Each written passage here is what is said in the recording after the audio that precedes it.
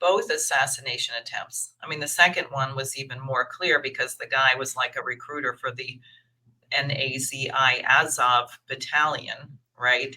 Oh, gotcha. Yeah, so the second one is even more clear. But the reason I got that feeling is when I saw, I think it was May 15th, there was an assassination attempt against the Slovak Prime Minister Fico. What was Fico saying? He was saying we should stop arming Ukraine. They're not going to win the war, and I don't want a nuclear war, and I don't want war in Slovakia. So could we just resolve this? So there have been a dissident voice in NATO. So the press said, well, he's a populist, he's a maverick. And the next thing you know, he gets shot 5 times. Thank God doesn't die. He's in intensive care.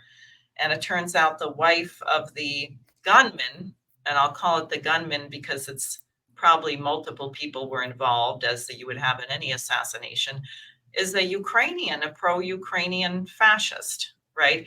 As you may or may not know, I happen to be on at least a couple Ukrainian hit lists as a Russian disinformation terrorist. Oh, Uh, wow. yeah, they held a conference in Kiev in 2022, sponsored by the US State Department, where they said that people who don't line up with aiding Ukraine in this should actually be prosecuted for war crimes. So I'm on that list. Scott Ritter is on that list. And that's how he and I actually began collaborating because we were challenging, he's a New York resident, Schumer and Gillibrand as to why is this some way to silence your political opposition is put them on these kill lists. And that list from the Center for Countering Disinformation was used for another list, which so far as I know of, I'm not yet on, called Myrotvorets, which Scott is on, and others. And that list was Daria Dugina, who got blown up in a car bomb. And a number of people on that list have been killed. And they have a website which lists your name, your date of birth, your home residence, shows all kinds of pictures and videos of your Christmas parties, whatever, so people can identify you. And then when you're bumped off, they put liquidated over your face in red. So it's literally a kill list. So I'm on a list that's a feeder for that. Then there was a new one that was just put out called Texty, which is only Americans that they consider to be Russian propagandists, 390 Americans. I'm on that list. 112 congressmen. So is Donald Trump. So is Robert Kennedy Jr., Tulsi Gabbard. So I knew Trump is on the kill list. And Scott had said something to me, which I think is relevant, although he may not have meant it now. He said he thought the real danger in the United States was if Ukraine lost the war, that you're going to free up a bunch of these terrorists who've been there serving as mercenaries or working with Ukrainians to come back and bump off or attack the people on that list.